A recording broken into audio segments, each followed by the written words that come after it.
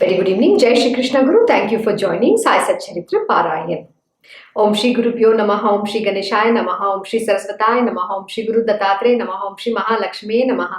Guru Brahma, Guru Vishnu, Guru Devo Maheshwaraha, Guru Sakshat Parabrahma, Tasmai Shri Guruve Namaha. Shri Sai Satcharita, the life and teachings of Shirdi, Sai Baba. So today we will begin with a new chapter, that is chapter 37, the description of the Chavadi ceremony. My obeisance to Shri Ganesh, to Shri Saraswati and Shri Guru Maharaj, to the family deity, to Shri Sita Ramachandra, my most humble obeisance, I bow in reverence to the most venerable Guru, Shri Sai Nath. Blessed is Sai's story, blessed his daily conduct, his actions too are incomprehensible, marvelous and impossible to narrate in their proper sequence. Unfathomable indeed is his true life story. Blessed the account of his life. Blessed is his constant, unchanging course of practice. As difficult as walking on a sharp sword edge and irrevocable. Intoxicated as he would be at times with self-rejoicing, at other times he would be content in self-knowledge. Sometimes, after being the doer of everything, he would yet be totally detached from it. Such was his uncertain state. Absolutely true. You can never fathom what is the state of a real master. Very beautifully explained. Sometimes they are in their own state, which is self-rejoicing. Means it's not about enjoying like the way you and me think or our mind tries to enjoy in objects or in sense pleasures or on the account of fulfillment of desires. It's not that. They're always lost in their self, which is the blissful state, and that state is absolute desirelessness. In fact, you have to go listen to my Guruji's, Krishna Guruji's Das Bodh Satsang. Yesterday, he began with a new Dashaka on how to be desirelessness. How do you attain being that? So it's a very, very profound lesson. Please go listen starting yesterday and today. You will, and it's a continuous chapters. So please listen. It is extremely important. You will really understand why we need to become desireless being. At times, though not engaged in any activity, he would not be asleep either. But concentrating on his own good, he would always be self-aware. Actually, there is nothing like own good, What they are is, they are Sachidanand. They are the Parabrahman. So they are universal mind, which means he is aware of everything that is happening in this universe. Like my Guruji will be sitting just like this and he's talking, but he knows what is someone else saying very far, even like 50 feet from here, or when people are talking behind, he exactly knows what's going on. He doesn't even have to turn back to see or tell who's doing what. That is the awareness. Why? Because they have overcome their mind, body, the sense organs, and the three gunas. They've transcended, and they don't have to look here and there because everything is under their control. They are not adheen to the sense organs. The sense organs are adheen to them. So which means everything that's happening, they are highly sensitive. Like my Guruji can smell the most subtlest of, the aromas too. Or, if something is burning somewhere, or there's some mismatch in, when you're cooking, and if there is some flavor missing, or if you have added some ingredient, I wouldn't even be able to make it out. But my Guruji will exactly catch hold of it and say, oh, is this there in this? Or there is something is burnt in this. To that subtlety they can understand. That is the greatness of these masters, the power of the self-awareness, the senses, it will act for the goodness of everybody. They are not using it for their own benefit, but that's the awareness they have. That is the awareness you need to develop. Sometimes happy as the ocean, he would also be like it, boundless, unfathomable, impenetrable and deep. Who can describe adequately this most incomprehensible figure? Absolutely true. He is that Athanga Sagar, means limitless ocean. Nobody can measure the breadth and depth of the ocean. Similar are these great masters. Nobody can fathom who who these great masters are. We try to look at their, mere mortal body in which they have manifested and try to assume, make judgments and form an opinion about that individual. Please don't do something like that. The Guru is a Guru Sakshat Parabrahma. The Parabrahma is only manifested, but they are the Parabrahma themselves, who just appear to be, in that 6-foot body of theirs, but they are not. They are not at all. That is exactly, it's mentioned here. Who can comprehend the incomprehensible figure? You cannot fathom that figure just because they appear like ordinary human being. So don't try to judge. Towards men, he had a brotherly love. While the ladies were like his mother or sister, he was always well known to everybody as a celibate who lived in perpetual continency. Actually, this is extremely important. Like Lord Shri Krishna is known to be the highest celibate.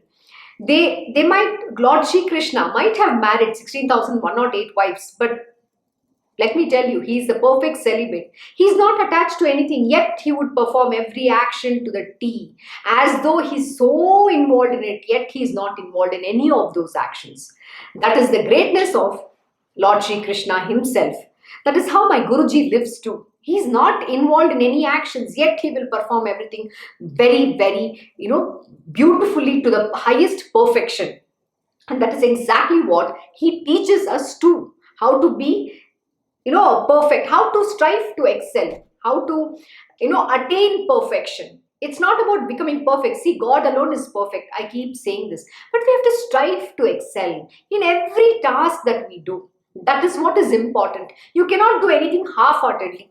Like my Guruji, no matter what job he'll do it in a perfect manner. Nobody can pinpoint. That is the perfection he works with. May the steadiness and understanding gained in the sacred company of such a one remain till the time of death. Absolutely, it is so true. May the steadiness and understanding gained in the sacred company of such a one remain till the time of death. See, this is very important. When you learn all these knowledge, it is not so easy to, first of all, get the grace of the Guru to be with him. Second is you're learning that knowledge. He is imparting you those beautiful, profound truth, that knowledge itself. And when you are getting such a knowledge, you need to have a concentrated attention, in understanding and gain that sacred knowledge. And also it's a sacred company. It's a company of the holy saint. Such a company is very rare indeed. In fact, yesterday we did a beautiful lesson how such a company is so rare. And when this opportunity is there, it should remain. All that you have learnt with the Guru should remain till this mortal body exists on this planet Earth, till it's going to, till it dies. If not, then what use is that when you have learnt all that knowledge? It is no use. So here Hemad is telling that let that understanding be there till the time of the death of this body. May the desire to serve him ever grow, and a single-minded devotion at his feet develop, as also a love for taking his name constantly and the ability to see God in all living creatures. Absolutely. So your love and to serve him has to grow every single moment. Like I love to say this word. This is Tishnagi. Tishnagi means it's something, that insatiable desire within your heart. It's that the only Tishnagi that I want is I want to seek only you. That thirst has to grow. It has to skyrocket. It should not stop. It's not one day. Every single day, the Tishnagi for the divine has to grow. Such has to be your craving for the Lord Almighty. You must crave. Your heart has to burn with that desire to love him so much more. The want of him has to burn you up into ashes. That is the fire you need to have in your belly. So let that craving be that. Not the craving for material worldly wants. Not that craving, oh, I want to get married. There is nothing remaining in that. There's nothing at all. It's full of misery. This is exactly what my Krishna Guruji teaches. This is what every scripture has mentioned, whether it is Bhagavad Gita, Devi Mahatmyam. In Devi Mahatmyam, we recently learned what is the king is being thrown out of his kingdom because he lost in fight with the enemies. But his mind is constantly attached to it. So he's only thinking about the kingdom. Likewise, the Vaishya, like the His name is Samadhi. So he is attached to his wife and family who threw him out of the house. Yet he is affectionate towards them. So that is what they didn't understand. Why is the mind attached and having so much affection to the same object which brought them misery? Similarly, in our life, what makes us think that we have to get married, we have to be in that, material worldly bondage? Why do you need to get into that? Why do you need that misery at all? What is the use? Ask yourself this question. See, nobody can answer this for you, knowing fully well that it has all the pains in this world. Why are you going after it? Despite having the knowledge, it's like you're going to go and fall into the gutters. Why are you doing this? Don't do it.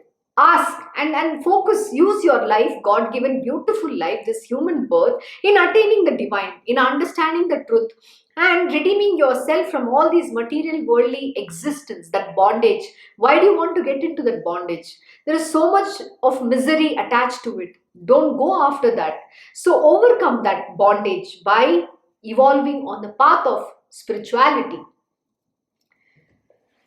So may the desire to serve him ever grow, and a single-minded devotion at his feet develop, as also a love for taking his name constantly, and the ability to see God in all living creatures. See, this is a very difficult thing to attain. Ability to see God in all living creatures. We can't see. The moment we see a person, the judgment happens, which means either we like someone, we don't like, we dislike someone.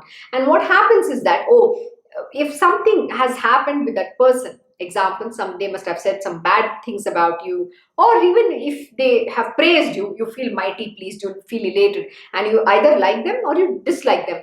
Today's satsang, my Guruji has taught very beautifully how do one of the methods of how do you become desireless being, which is, he said, why should anything said by anyone affect you? Why are you getting carried away with the praise or somebody talking ill about you? Why should that affect? And why are you even paying attention? Why are you seeking praises? Why are you seeking that somebody should appreciate you? Why is this expectation there in a human being? I will tell you a very beautiful thing that happened to me in the last couple of days. When we were doing Samapti, the Devi Mahatmyam Samapti, I was dressed, okay, very nicely. And yes, you, as a woman, this body, you always want to, it seeks appreciation, right? My Guruji asked me a very interesting question. He said, so what did people tell about you? I said, nobody said anything. Yeah, just my mom said, yes, you look nice. So he said, oh, really? Okay, fine. So then he said a very beautiful thing much later. See, you don't need somebody to tell you that you're beautiful or you're looking nice or you're wearing some nice sari, nice jewelry. No, you don't need any acknowledgements, anything. The reason why you're doing what you're doing is because you are in love with the divine. You're not doing anything so that the world can appreciate you. Whether it is your garment, whether what you're wearing or how you're speaking or your knowledge, it doesn't matter. See, the only one who needs to appreciate is the Lord Almighty. So who am I dressing for? I'm dressing because I'm in love with my Lord. I'm married. He's my husband. I want to look very beautiful for my beloved. That is the only reason I love to dress. It is not for anybody else in this world to praise me or appreciate me. I want to be that queen to my Lord. Lord Shri Krishna has to look at and say, wow, she's pretty looking. That is what I want to offer. See, how do you go when you meet the God? You need to be very nice. You have to be pleasing, right? Like how you decorate him. You also need to look nice from, within, not just the external appearance. Your heart has to be pure. It should be full of love. So then my Guruji said, oh, is that so? But he didn't say a word, nothing until then. And finally, after all the puja got over in the night, he said, you look very sweet. And I'm like, for me, that was like, oh my God, that's a huge thing from his mouth. That's all. That is the highest thing that you can ask for. It was least expected for him to say that. And I do not expect anything from my Guruji. He'll just say, I'll always say, is this okay? His answer is okay. He'll only answer yes, no, and okay. Good is very rare. He will not use the word good. Or he'll not say excellent or never. You can't even get that from his mouth because he doesn't want you to fall or he doesn't want you to stop performing. So he will never appreciate. He'll say, yes, you've done okay, you can do better. This is how he'll say. And whatever that I addressed, he said, you look very sweet, You look the goddess. That was the words from his mouth. That is it. My day was made. I don't want any more compliment. What has he trained me into? I don't seek compliment from anybody anymore. And also, when we cook, my Guruji, when you serve him anything, how is the food? Okay. How is it? Okay. That's all his answers. Okay means it's neither good, neither bad. It is okay. You can still do better. So don't expect any compliments from him. Oh yeah, it's tasting yummy. It's so nice. I want to eat more. No, you can make him the best pakwan or even chappan bhog. He will only eat that much which is required to, and he doesn't mean he'll indulge just because he likes something or dislike. There is no likes and dislikes. He'll just accept all the meal that you offer to him moderately. The quantity should be in moderation, and he will just eat because he has to eat. His body needs to be sustained, not because of sensual pleasures. No, it's not because he wants to sorry, the word is he wants to trickle his palate. He wants to please his palate. No, it's for the taste purpose. He's not eating for it. See, we all human beings are given into our palate. We just love to eat all the tasty food. We like few things, we don't like few things. No, my Guruji will never give in to his sensual pleasures. He's just eating because he has to sustain this body. I think we did that beautiful lesson. And even Lord Shri Krishna has said this in Bhagavad Gita. Anything that you do, you have to do in moderation. Even eating habits, you have to eat sattvic food. We have discussed this enough. So coming back, so the great master is never going to appreciate you. So you don't have to think about why should anybody appreciate you. And it took me a long time to learn this lesson with him. It's not easy because during early times with him for many years, when I would make something for him, I was expecting, very natural, right? When you cook something for the Guruji, you just want to know, Guruji, did you like it? I'm already expecting my Guruji should tell, oh yeah, it is very nice. You've done a great job. You know what? Guruji will punch at the ego. How? He'll say, yeah, it's okay. Oh, this is not tasting good. What? You put kadhi pata. Is it in this? No, just joking. He'll just talk like this.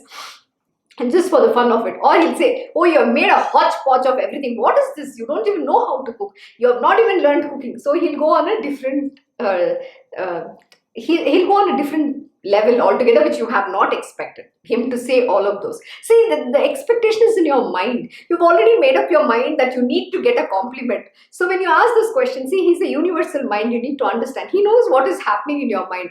So he will give you an answer exactly contrary to that. He's never going to conform to your mind. Why? Because you need to overcome your mind. So it's a natural, see, the mind is seeking that affection, that it's the desire of the mind to seek appreciation or seek somebody should tell me, oh, I look very beautiful, I did. No, am I doing it so that I need to get compliments? No, this is bhakti. The reason why we are doing prayers is in devotion to the divine. We are not, or I'm not dressed because I'm going to become a Miss World or a Miss Universe. Not for that purpose, because I am the Miss Universe of my Lord Shri Krishna. I just need to go with that divine look. That is all it is. So when you go and do prayer, you need to be dressed well. That's the only reason we do that. Not because we have to get appreciation. No. So this is but natural. This is your mind's desire. See, you need to understand where is the root cause. Lord Shri Krishna has very beautifully explained again in Bhagavad Gita. Desire. The root cause of all misery is desires. And the root cause of any expectation is a desire. And please know that unfulfilled desire ensues anger. So when your desire is unfulfilled, then you become angry. Who's becoming angry? The mind is becoming angry because nobody conformed to what the mind was asking. It wants praises. So nobody said, oh, you did a great job. You looked very beautiful. Nobody conformed to it. So are you going to get angry?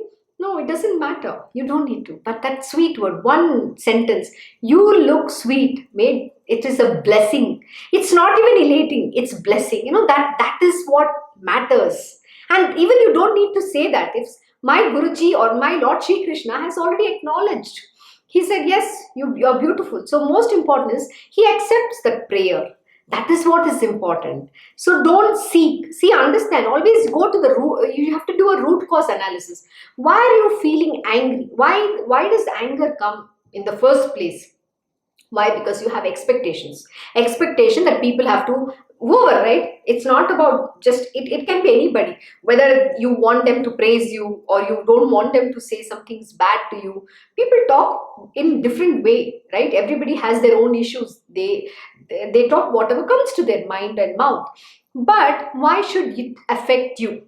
So the whole aspect of being desireless, okay, is when you stop getting into these expectations of life, that somebody has to praise you, somebody has to, talk only sweetly. All that you need to give up. The day you overcome that, then you will attain desireless state. The desire, being desireless, is the highest freedom that you can attain in your life, and that is the only way to evolve on the path of spirituality. Having even one small desire, you are going to fail. Okay, so desire is the root cause of all misery, and that will obstruct your spiritual progress.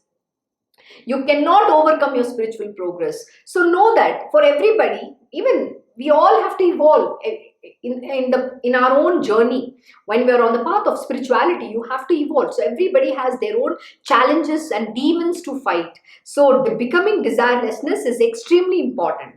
It's my own test too, so I don't have to expect. Who's expecting? The mind is expecting. So don't expect. How does it matter what people say? Are you bothered about how people treat you, how people say? They can treat you however they want. My Guruji has always said that let the world behave however they want. You have to become divine. You need to be godly, become that goodliness, be that divine being full of goodness, sattva. Go towards that path. Become the Lord Shri Krishna yourself. That is who you are. Evolve, invoke those beautiful virtues which is best within yourself, which is there. The God has bestowed upon us all the good qualities. Untravel all that. Use that. Become that. That is all the truth all about. That is what spirituality means, to becoming godly. So let us come back.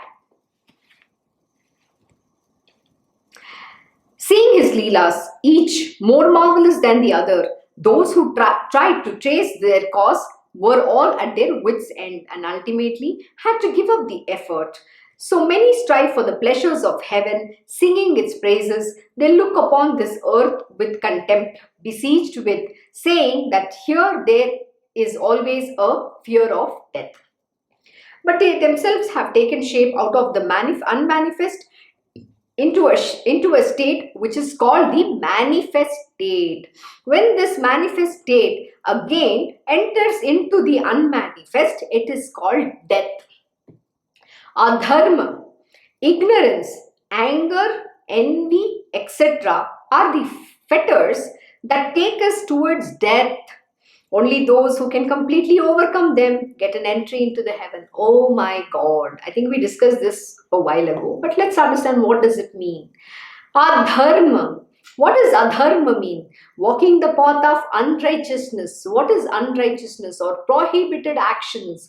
Lord Shri Krishna in Bhagavad Gita has very beautifully taught what is unrighteousness, what is righteousness, what is adharma, what is, the path of, what are the path of dharma. Everything is very, very beautifully explained.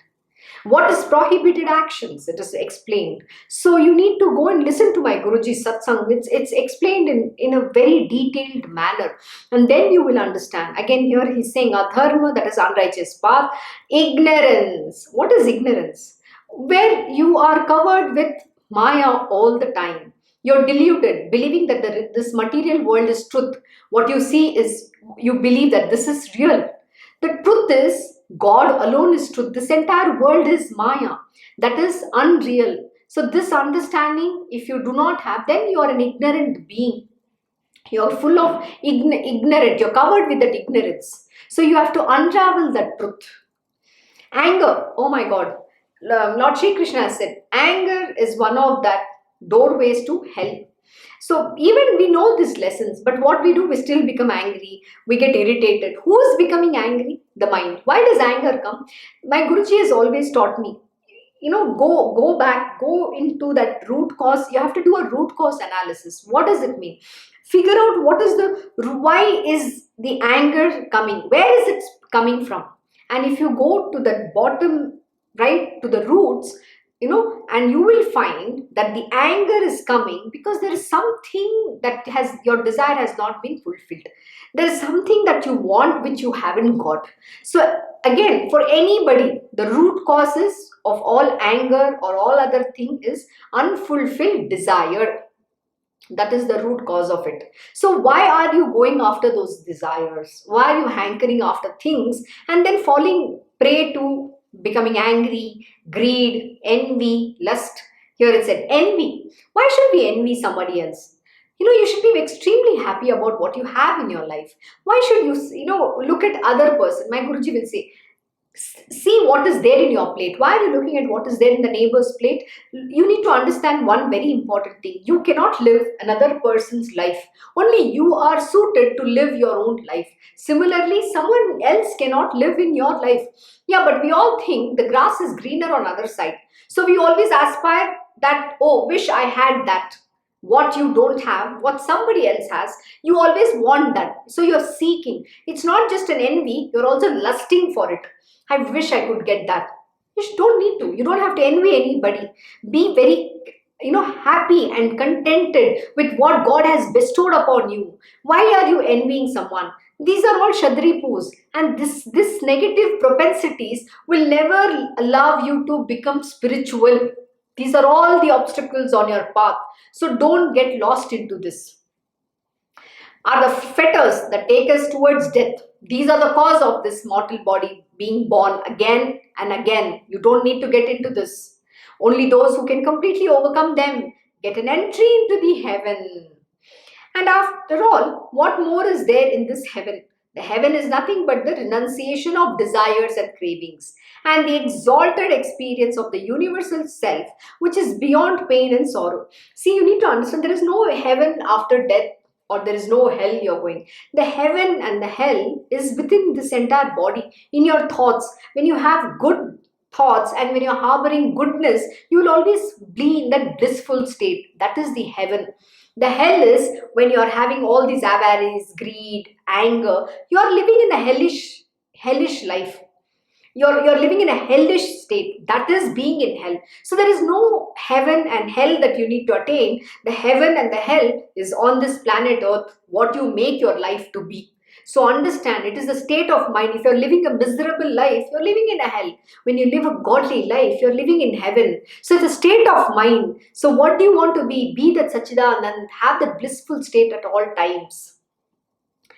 Where there is no room for disease, worries, afflictions and pain, where no one suffers from hunger and thirst or from the fear of old age, where there is no fear of death and no restrictions of what should or should not be done, and the creatures move about fearlessly. This is truly the divine heavenly state. How beautifully Baba has explained it. Let us understand. Let me reread again, okay?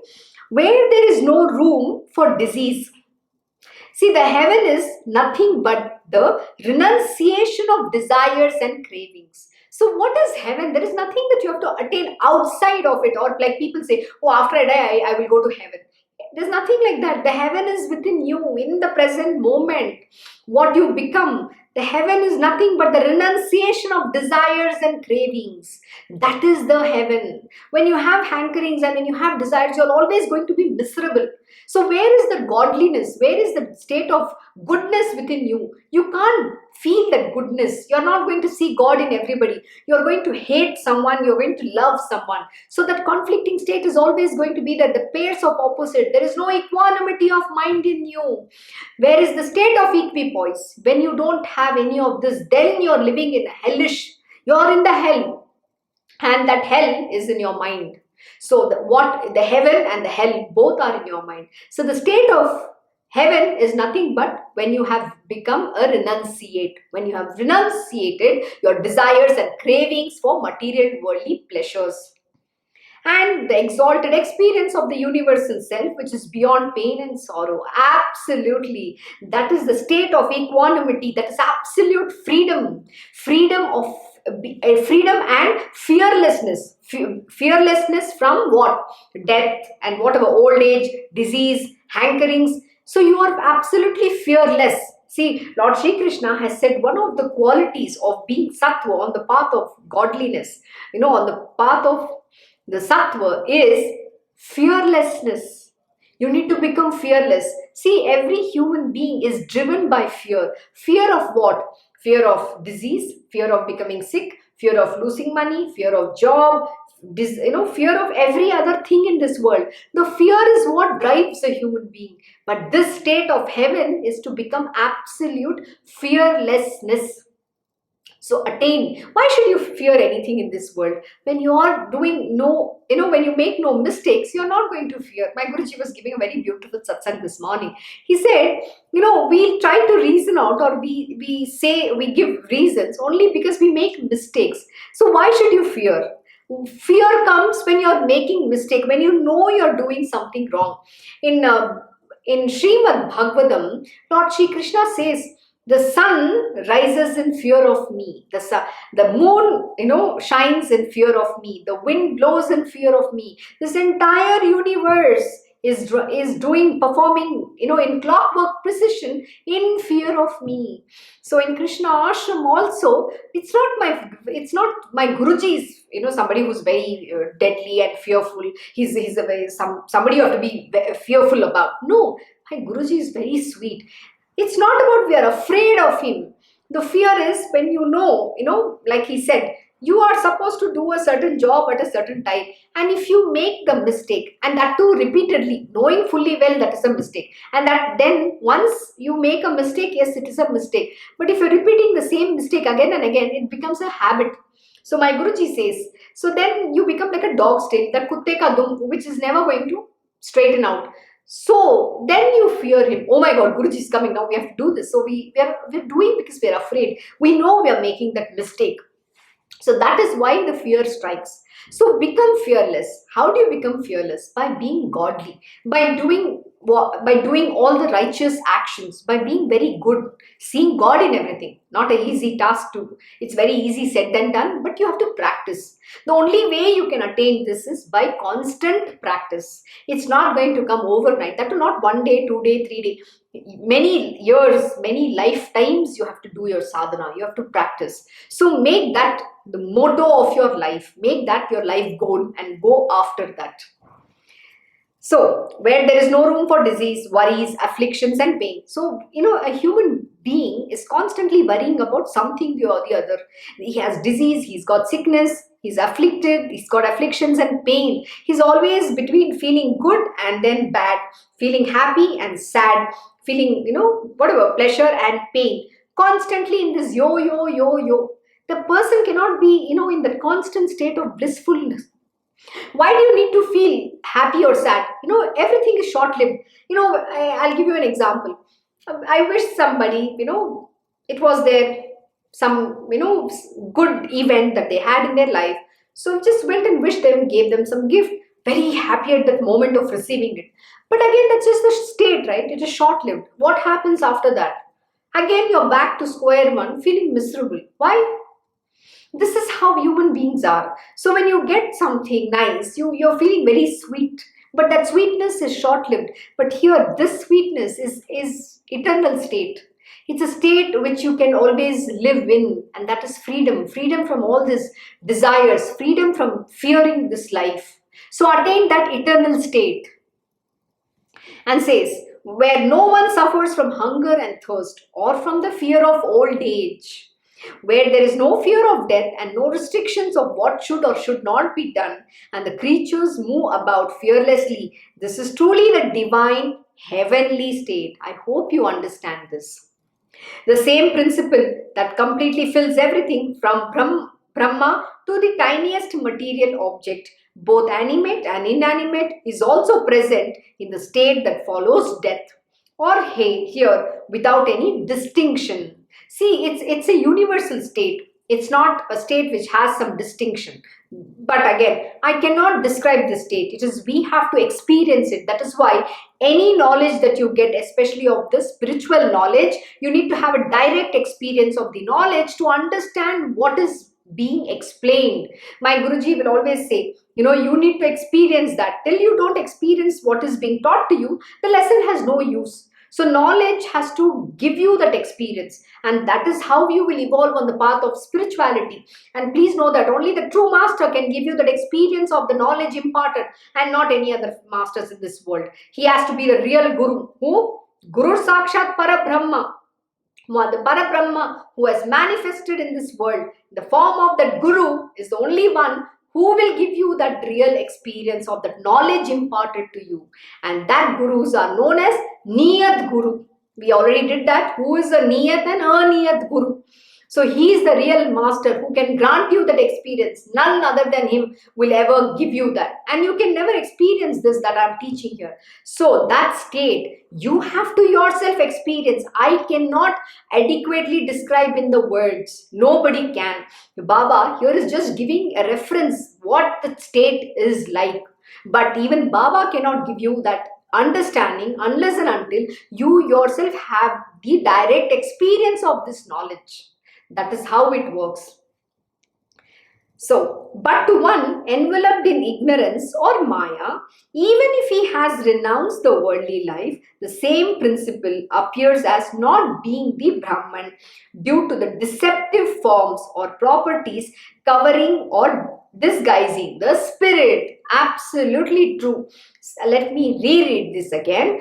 But to one enveloped in ignorance. So when if you are covered with ignorance or Maya, even if you have renounced the worldly life, the same principle appears as not being the Brahman. The same principle will not appear you as that Brahman. It's going to be deceptive. It is going to say that that is not the spirit. You can't understand that self.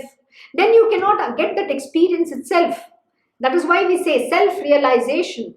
The self will reveal itself within you.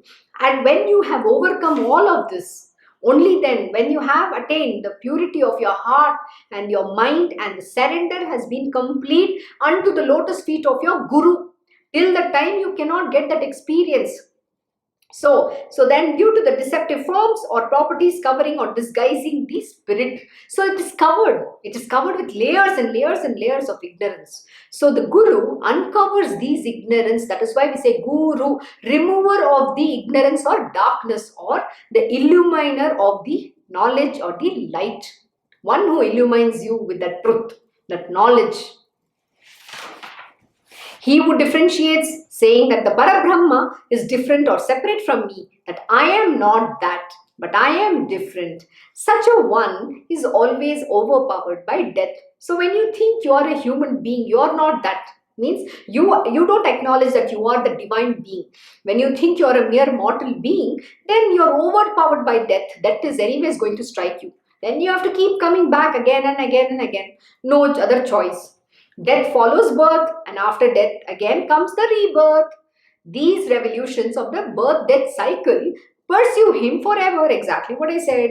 If that heaven, which is attained as a fruit of yajna, penance and charity, also difficult to perform, if that heaven is devoid of the contemplation of Sri Vishnu, of what use is it? So he is simply saying, if you cannot contemplate the heaven means the state we were talking about some time back. If it is devoid of the contemplation of Sri Vishnu, what use is it then? See, this body, this mind, everything, mind is a tool. All these indriyas you have to use to understand the divine, understand the truth, not for running after sensual pleasures. Actually, we have read this very beautifully, understood in one of the chapters where Baba is talking about the purpose of this human birth. We've gone through in detail. You can go back and refer to my satsang over there. So coming back, here it is mentioned, if you cannot have the contemplation of Sri Hari in the mind, then how can you understand what heaven means? Then if that heaven is devoid of the contemplation of Sri, what use is it this mind? What uses is this body that you have? It's no use. Again, it goes back into, you will be taking the birth, you will be going through the cycle of birth and death. That is what you will achieve. We do not want the heavenly abode merely as a place of sensual pleasures where there is no chanting of God's name. Why do we need it? Absolutely true. Whether you go to heaven or hell, there is no difference in the enjoyment of sensual pleasures. Be it Lord Indra or be it a donkey, the sensual pleasure of both is the same. Indra rolls in the pleasures of paradise while the donkey rolls in the rubbish heap. But as for their pleasure, it is the same in comparison, without the slightest difference. How beautiful. See, Indra is rolling in the pleasure of the paradise, while as the donkey is rolling in the rubbish heap. But both are pleasure, no? Whether it is a paradise or a rubbish, both are enjoying the same pleasure.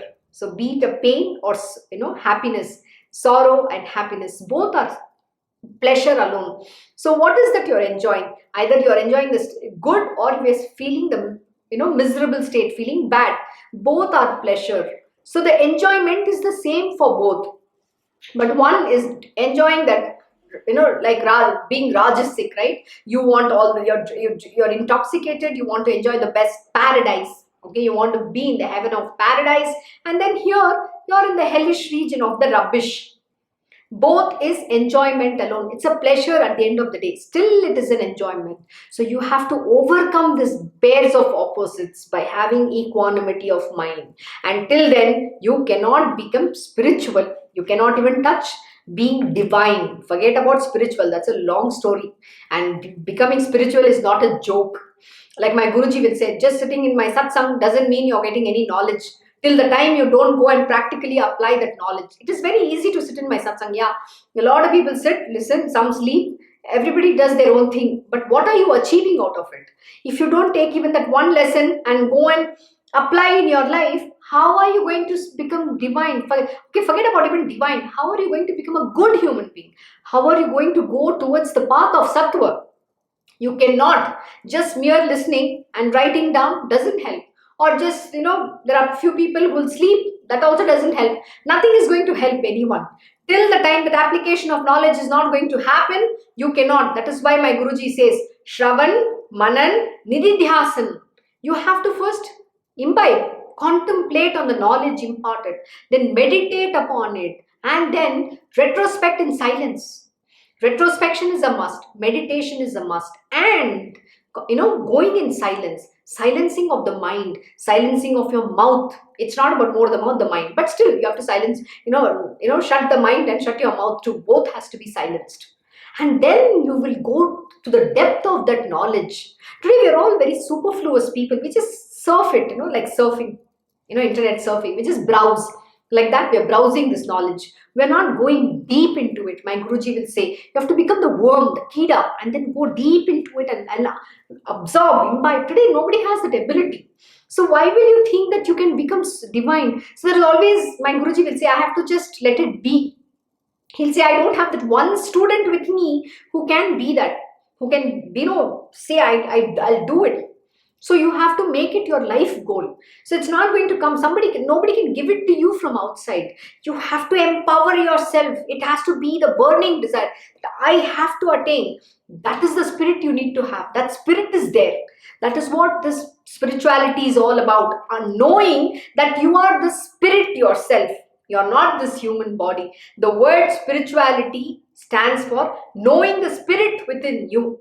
There is nobody outside. But how do you understand this? Till you do not practice all of these lessons taught. It is not easy. That is why my Guruji says, I will have to keep teaching the same thing million and billion and trillion times. In Daspod Satsang, my Guruji has explained a very beautiful lesson by Samarth Ramdas Maharaj, in which the Guru says, that whether anyone likes it or not, they have to keep rehashing the same thing a million and billion times, because someday finally it will embed in you. Because you don't want to put the effort, you have to put the effort. The effort is extremely important. It is all only with self-effort can you evolve. There are no other alternatives to that. Self-effort is a must. It is not just sitting and listening and then feeling envy and jealous and every other thing. How do you overcome that object is the most important thing. When I say object, it's about your thoughts. Why are you feeling envy? Why are you jealous? Why are you, craving after things? Why are you desirous of material worldly pleasures. Why are you desiring something? You need to overcome all of this. Why is that some people may give you that feeling of, oh, they are very good, and some people invoke the feeling of hatred? Why does this thing happen? So it is your mind which you first need to overcome. And in this morning satsang, my Guruji was teaching how Lord Shri Krishna is saying that yes, mind is difficult to overcome, but it is my conviction that I am saying that you will be able to control the mind. What is Lord Shri Krishna saying? When you put extraordinary efforts, when you do your sadhana with arduous effort, you will be able to control the mind. This is what the Lord is saying. So when Lord Shri Krishna is saying, why are you saying you can't do it? So you are not putting enough effort. So put that effort and go, walk that path. If you, that is what you truly seek. Otherwise, then you go get lost in this material world. Who cares? So, why make efforts to attain that from where there is a fall when the merit diminishes? Better than such a place is to be born on this earth, whose importance is great. What is so great about that Brahmalok, where life exceeds one kalpa? However brief and momentary the lifespan on this earth might be, it is far more important. Why? Because only through the human birth can you attain the divine. Whether it is a god or a demon, both have to take the human form to attain, God realization. That is why the human birth is the best form. Even Lord Shri Krishna said, among all his creation, the best that he loves, he likes, he is very pleased is the human birth. Or because only through human body can you attain the divine. In this transient earthly life, if you perform a karma, even for just a moment, provided you offer everything to God, you attain a secure place. What is the use of a place where there are no devotees of God who do not narrate the stories of God, Hari and Guru? Do not sing, dance and worship God. Oh my God, this is very, very profound. Let us understand what is mentioned here. What is the use of a place where there are no devotees of God who do not narrate the stories of God, Hari and Guru, do not sing, dance and worship God? See, this is very important. What does this mean? How do you attain devotion? He's saying, see, this is a dwelling place also. This is the body. This itself is a dwelling place. This is a temple. Similarly, where we live is also a dwelling place. Okay, that becomes the temple itself. Now here it is mentioned, what is use of the place where there are no devotees of God who do not narrate the stories of God, Hari and Guru, and do not sing, dance and worship God. So if you cannot do any of this, it is very clearly mentioning, then you are becoming that tamasic being. Then it is not the dwelling place of the divine, it is a dwelling place of the demons. And where are these demons and the gods? Within this human body itself. So what have you to become? You have to become the divine. How do you become the divine? By taking the name of God Hari, singing his glories, singing his praises, and of the Guru. Very importantly mentioned here, God Hari and Guru. You have to always sing their praises, chant about their leelas. You have to say stories about their leelas, exactly what we are doing, and sing bhajans, sing their glories, dance. Everything is mentioned. All this is nothing but devotional service to the divine. If you cannot do this, then it's saying what use is of that place where you don't have these devotees of the God? Then it is only in hell. That is the hell. That is where you will go, and that is becoming tamasic in nature, which means you are giving the asuras to conquer this world. He becomes the God, and then you only have asuric tendencies, evil propensities, and all the demons that we did in Devi Mahatmyam, right from Mahishasura, Chanda, Munda, Dhumralochana, Raktabija, Shumba, Nishumba, everybody is going to rule you, and then it will become the world of demons, not God.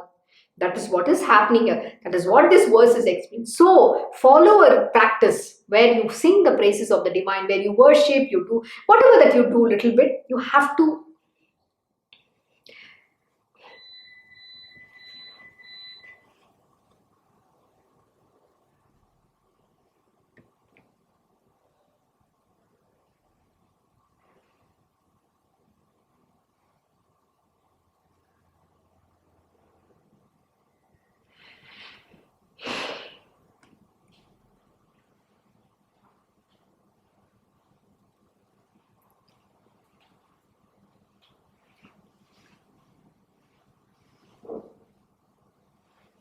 Sorry, we didn't have power.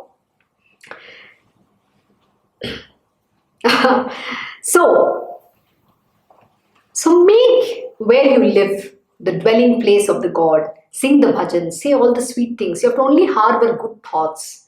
Feel the goodness, feel the love, and be lost in the divine. Don't get carried away by anything in this world and anyone. It is not worth your life. Understand this truth. The experience of oneness between God and the self is the only means of attaining the lasting and highest form of knowledge, which is far more important than heaven itself. And this earth is the place for attaining it. Oh my God.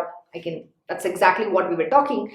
The experience of oneness between God and the self is the only means of attaining that lasting and the highest form of knowledge, which is far more important than heaven itself.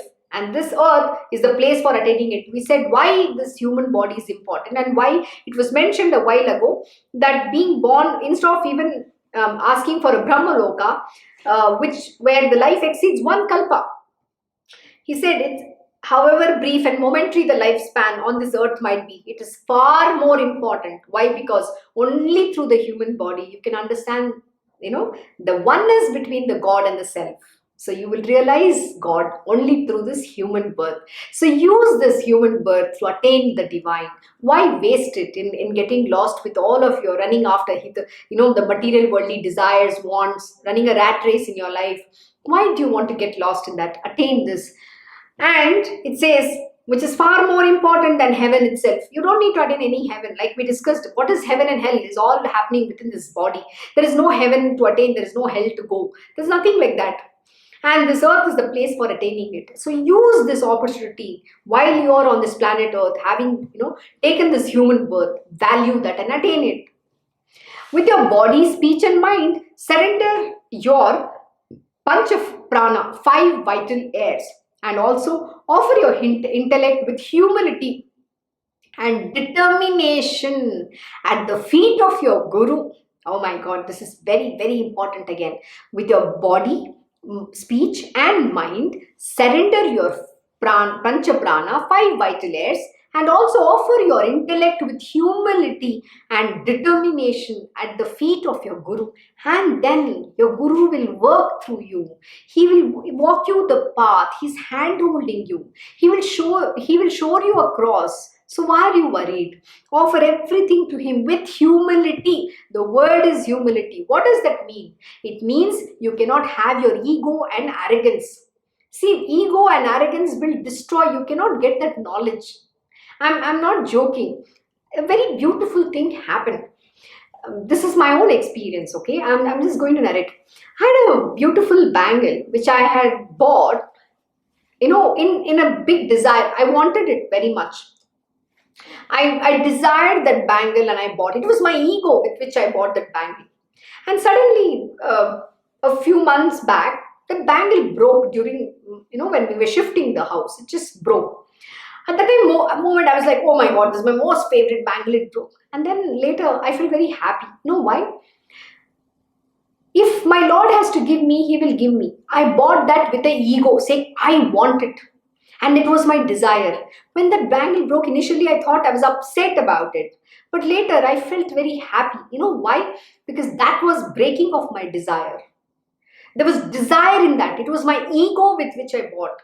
But then, see, the same thing when it comes naturally without you seeking for it, then it comes by the will of the divine.